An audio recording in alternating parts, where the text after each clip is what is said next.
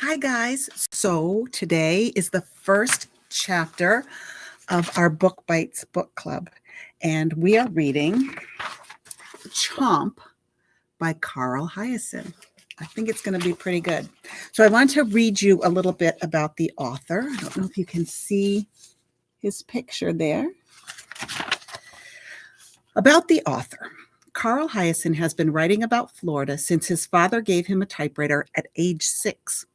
In the beginning, he wrote stories about neighborhood kickball and softball games. Now, Hiaasen writes a column for the Miami Herald, which is a newspaper, and is the author of many best-selling novels for adults and children. Hoot, his first novel for kids, was a recipient of numerous awards, including the prestigious Newbery Honor. So I think we're going to like this. All right. And just so you know, I'll read you the summary on the back. Derek Badger was chomped by 1 alligator, 1 snapping turtle, 2 snakes, 1 bat, and 2,000 mosquitoes before disappearing into the Everglades. Think he'll survive?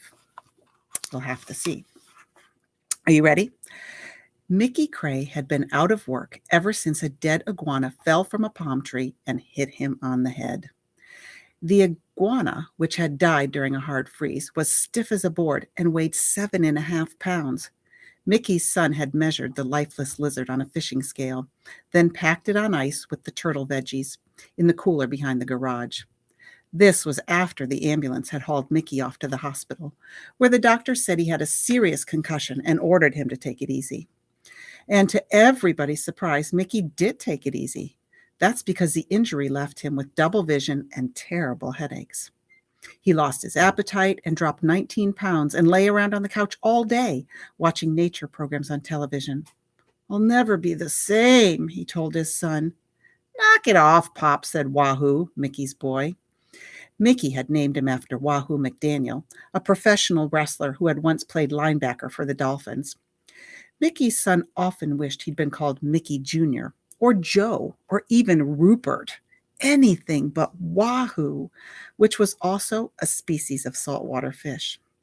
It was a name that was hard to live up to.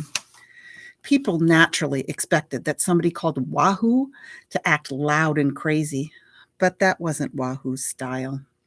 Apparently, nothing could be done about the name until he was all grown up, at which point he intended to go to the Cutler Ridge Courthouse and tell the judge he wanted to be called something normal. "Pop, you're going to be okay," Wahoo would tell his father every morning. "Just hang in there." Looking up with hound dog eyes from the couch, Mickey Cray would say, "Whatever happens, I'm glad we ate that bleeping lizard." On the day his dad came home from the hospital, Wahoo had defrosted the dead iguana and made a peppercorn stew. I don't think I've ever eaten iguana, which his mom had wisely refused to touch. Mickey had insisted that eating that critter that had dented his skull would be a spiritual remedy. Big medicine, he'd predicted. But the iguana tasted awful, and Mickey Cray's headaches only got worse. Wahoo's mother was so concerned that she wanted Mickey to see a brain specialist in Miami, but Mickey refused to go. Meanwhile, people kept calling up with new jobs, and Wahoo was forced to send them to other wranglers. His father was in no condition to work. After school, Wahoo would feed the animals and clean out the pens and cages. The backyard was literally a zoo. Gators, snakes, parrots, mynah birds, rats, mice, monkeys, raccoons, tortoises, and even a bald eagle, which Mickey had raised from a fledgling after its mother was killed. "Treat 'em like royalty," Mickey would instruct Wahoo, because the animals were quite valuable. Without them, Mickey would be unemployed. It disturbed Wahoo to see his father so ill, because Mickey was the toughest guy he had ever known. One morning, with summer approaching, Wahoo's mother took him aside and told him that the family's savings account was almost drained. "I'm going to China," she said. Wahoo nodded like it was no big deal. "For 2 months," she said. "That's a long time," said Wahoo. "Sorry, big guy, but we really need the money." Wahoo's mother taught Mandarin Chinese, an extremely difficult language. Big American companies that had offices in China would hire Mrs. Cray to tutor their top executives. But usually these companies flew their employees to South Florida for Mrs. Cray's lessons. This time they want me to go to Shanghai, she explained to her son. They have like 50 people over there that who learned Mandarin from some cheap audio tape. The other day, one of the big shots was trying to say nice shoes, and he accidentally told a government minister that his face looked like a butt wart. Not good. Did you tell Pop you're going? That's next. Wahoo slipped outside to clean Alice's pond. Alice the alligator was one of Mickey Cray's stars. She was 12 feet long and as tame as a guppy, but she looked truly ferocious. Over the years, Alice had appeared often in front of the camera. Her credits included 9 feature films, 2 National Geographic documentaries, a 3-part Disney special about the Everglades, and a TV commercial for a fancy French skin lotion. She lay sunning on the mud bank while Wahoo skimmed the dead leaves and sticks from the water. Her eyes were closed, but Wahoo knew she was listening. Hungry, girl? He asked. The gator's mouth opened wide and inside as white as spun cotton. Some of her teeth were snaggled and chipped. The tips were green from pond algae. You forgot to floss, Wahoo said. Alice hissed. He went to get her some food. When she heard the squeaking of the wheelbarrow, she cracked her eyelids and turned her huge armored head. Wahoo tossed a whole plucked chicken into the alligator's gaping jaws. The sound of her crunching on the thawed bird obscured the voices coming from the house. Wahoo's father and mother were discussing the China trip. Wahoo fed Alice 2 more dead chickens, locked the gate to the pond, and took a walk. When he returned, his father was upright on the sofa, and his mother was in the kitchen fixing bologna sandwiches for lunch. You believe this? Mickey said to Wahoo. She's bugging out on us. Pop, we're broke. Mickey's shoulders slumped. Not that broke. You want animals to starve? Wahoo asked. They ate their sandwiches, barely speaking a word. When they were done, Mrs. Cray stood up and said, I'm going to miss you guys. I wish I didn't have to go. Then she went into the bedroom and shut the door. Mickey seemed dazed. I used to like iguanas. We'll be okay. My head hurts. Take your medicine, said Wahoo. I threw it away. What? Those yellow pills, they make me constipated. Wahoo shook his head. Unbelievable. Seriously, I haven't had a satisfactory bowel movement since Easter. Thanks for sharing, said Wahoo. He started loading the dishwasher, trying to keep his mind off the fact that his mom was about to fly to the far side of the world. Mickey got up and apologized to his son.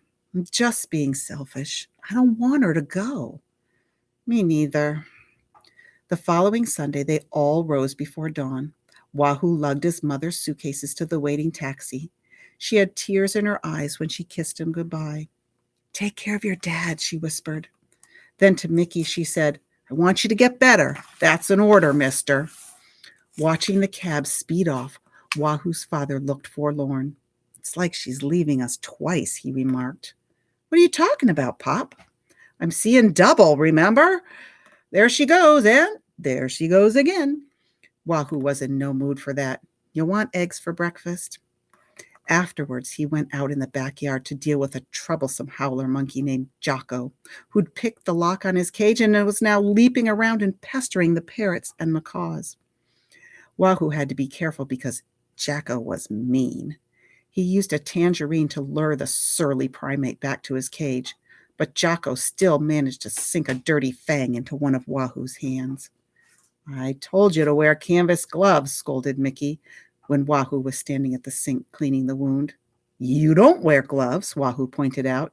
Yeah, but I don't get chomped like you. That was hogwash. Mickey got chomped all the time. It was an occupational hazard. His hands were so scarred they looked fake, like rubber Halloween props. The phone rang and Wahoo picked it up. His father weaved back to the couch and flipped through the TV stations until he found the Rainforest channel. Who was it that called? He asked when Wahoo came out from the kitchen. Another job, Pop. You send him to Stiggy? Jimmy Stigmore was an animal wrangler who had a ranch up in West Davie. Mickey Cray wasn't crazy about Stiggy. No, I didn't, Wahoo said. His father frowned. Then who'd you send him to? Not Dander. Donnie Dander had lost his wildlife importing license after he got caught smuggling 38 rare tree frogs from South America. The frogs had been cleverly hidden in his underwear. But the adventure ended in embarrassment at the Miami airport when a customs office noticed that Donnie's pants were cheaping. Wahoo said, I didn't send him to Dander either. I didn't send him anywhere. Okay, now you lost me, said Mickey Cray. I said we'd take the job. I said we could start next week. Are you crazy, boy? Look at me. I can't even see straight. I can hardly walk. My skull's about to split open like a rotten pumpkin. Pop! What? I said we, Wahoo reminded him. You and I together. But what about school? Friday's the last day. Then I'm done for the summer. Already? Wahoo's dad didn't keep up with Wahoo's academic schedule as closely as his mother did. So who called about the job? Wahoo told him the name of a TV show. Not him, Mickey Cray snorted. I've heard stories about that jerk. Well, how does $1,000 sound? Wahoo asked. Pretty darn sweet. That's $1,000 a day. Wahoo let that sink in. If you want, I'll call him back and give him Stiggy's number. Don't be a knucklehead. Wahoo's father rose off the sofa and gave him a hug. You did good, son. We'll make this work. Absolutely, said Wahoo, trying to sound confident. So that is the end of chapter 1. So I'm excited to see what happens because I think they're going to get chomped even more because it says Derek Badger was chomped by one alligator. And all we know so far is he's been chomped by one very obnoxious primate. So the next story will be up on Wednesday. The library is closed, but I will make sure that the story is up anyways. And hopefully you guys are enjoying it. Leave some comments down below so I can hear what you think about the book. Talk to you later. Bye.